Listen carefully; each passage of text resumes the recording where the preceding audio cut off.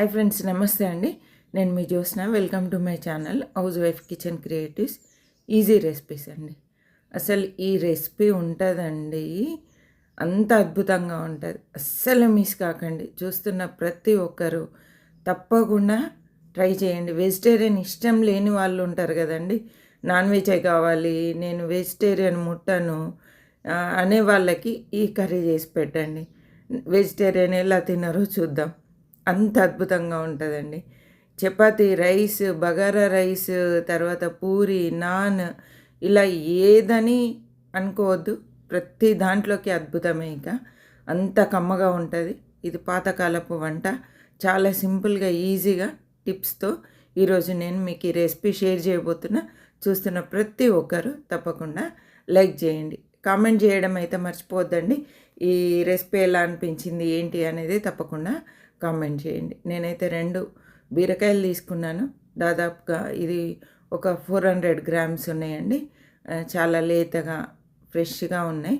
పొట్టు తీసేసి ఇలా కొంచెం చేదు చెక్ చేస్తున్నాయి. ఎప్పుడు కానీ బీరకాయలకి తప్పకుండా చేదు ఉన్నాయా లేదా చెక్ చేసుకోవాలి. దోసకాయకి కానీ, బీరకాయకి, సోరకాయకు, ఈ ఈ కూరగాయలకు కంపల్సరీ మనం చేదు చెక్ చేసుకోవాలండి. లేకపోతే కూరలు అన్నీ వేస్ట్ అయిపోతాయి.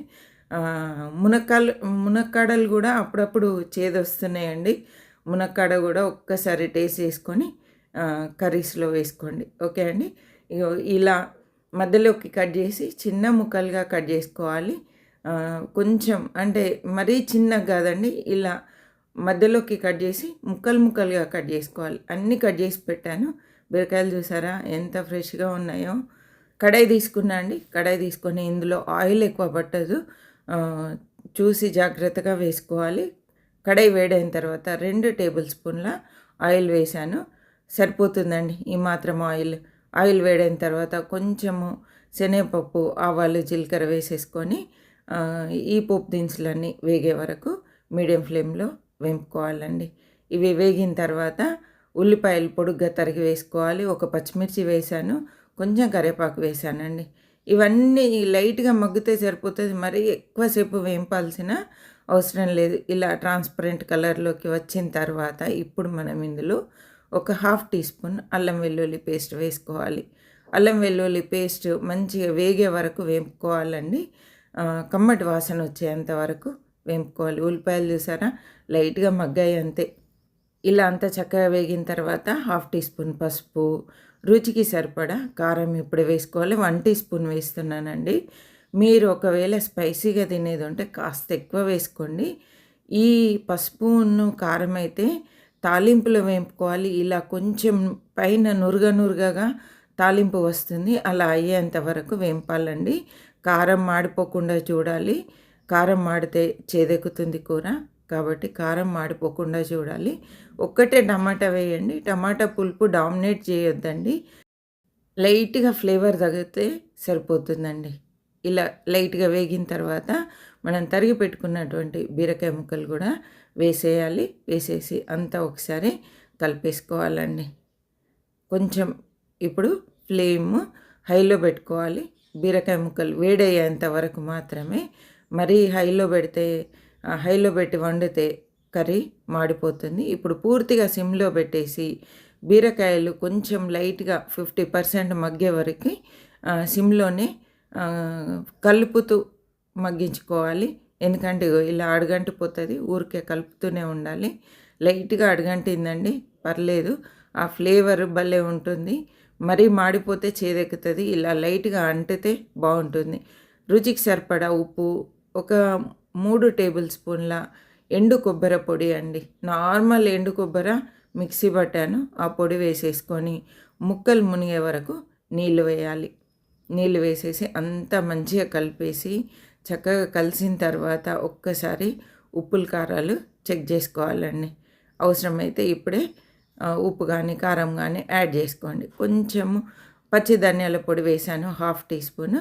అంతా ఒకసారి కలిపేసుకుందాం. ఇదైతే చిక్కటి గ్రేవీతో కమ్మని కూర రెడీ అవుతుందండి. ఇలా ఉంటే సరిపోతుంది. ఇప్పుడు మూత పెట్టి ఒక 3-4 నిమిషాలు మీడియం ఫ్లేమ్లో ఉడికించుకోవాలండి. ఒక 3-4 నిమిషాల తర్వాత కర్రీ ఇలా తయారవుతుంది. చిక్కటి గ్రేవీతో ఇలా తయారవుతుంది. ఇంతకంటే దగ్గరకు వచ్చిందనుకోండి, ఈ టైంలో కొంచెం వాటర్ కలపండి, పర్వాలేదు. ఇలా దగ్గరకు వచ్చిన తర్వాత ఇప్పుడు ఫ్రెష్ కొత్తిమీర వేసేసుకోవాలండి. ఫ్రెష్‌గా గుప్పెడు కొత్తిమీర వేసేసి తప్పకుండా కొంచెం గరం మసాలా యాడ్ చేయండి. అప్పుడే దీనికి మంచి ఫ్లేవర్ అనేది వస్తుంది. ఈ రెసిపీకి గరం మసాలా కంపల్సరీ అండి. నేనైతే ఒక పావు టీ స్పూన్ వేస్తున్నాను. గరం మసాలా వేసి అంతా కలుపుకొని 1 నిమిషం పాటు మూత పెట్టి మగ్గించుకోవాలండి. మరి ఎక్కువసేపు అవసరం లేదు. 1 నిమిషం మగ్గిస్తే సరిపోతుంది. స్టవ్ మాత్రం మర్చిపోవద్దండి, సిమ్లోనే పెట్టండి. ఇప్పుడు మూత పెడుతున్నాను. 1 నిమిషం తర్వాత కర్రీ చూద్దామండి. చూసారా, పర్ఫెక్ట్గా రెడీ అయిపోయింది. సూపర్గా ఉంటుంది ఈ కర్రీ అయితే. దీన్ని బీరకాయ షోర్వా అంటారండి. చూసారు కదా, సింపుల్గా ఎంత చక్కగా ప్రిపేర్ చేసుకున్నాము. ఇప్పుడైతే నేను స్టవ్ ఆఫ్ చేసి సర్వింగ్ బౌల్లోకి తీసుకుంటున్నాను. మీరు కూడా తప్పకుండా ట్రై చేయండి. సూపర్ టేస్టీగా ఉంటుంది. చూడండి, కర్రీ చూస్తేనే మీకు అర్థమైపోవాలి ఎంత సూపర్గా ఉందో. కొంచెం కూరతోనే అన్నం మొత్తం తినేయచ్చండి. ఇష్టం లేని వాళ్ళు కూడా చాలా ఇష్టంగా ఈ కర్రీ తింటారు. తప్పకుండా మీరు ట్రై చేయండి. ఈ రెసిపీ ఎలా అనిపించింది ఏంటి అనేది కామెంట్ చేయడం మర్చిపోద్దు. మరి ఒక మంచి రెసిపీతో మళ్ళీ కలుద్దాం. అదేవిధంగా కొత్తగా చూస్తున్న వాళ్ళు ప్రీవియస్ వీడియోస్ చూడండి. నచ్చితే బాగున్నాయి అనిపిస్తే సబ్స్క్రైబ్ చేసి పక్కనే ఉన్న బెల్ ఐకాన్ ప్రెస్ చేసి అందులో ఆల్ అనే ఆప్షన్ సెలెక్ట్ చేయండి. అప్పుడు నేను పెట్టే ప్రతి వీడియో మీకు నోటిఫికేషన్ రూపంలో రావడం జరుగుతుందండి. మరి ఒక మంచి రెసిపీతో మళ్ళీ కలుద్దామండి. బాయ్ అండి.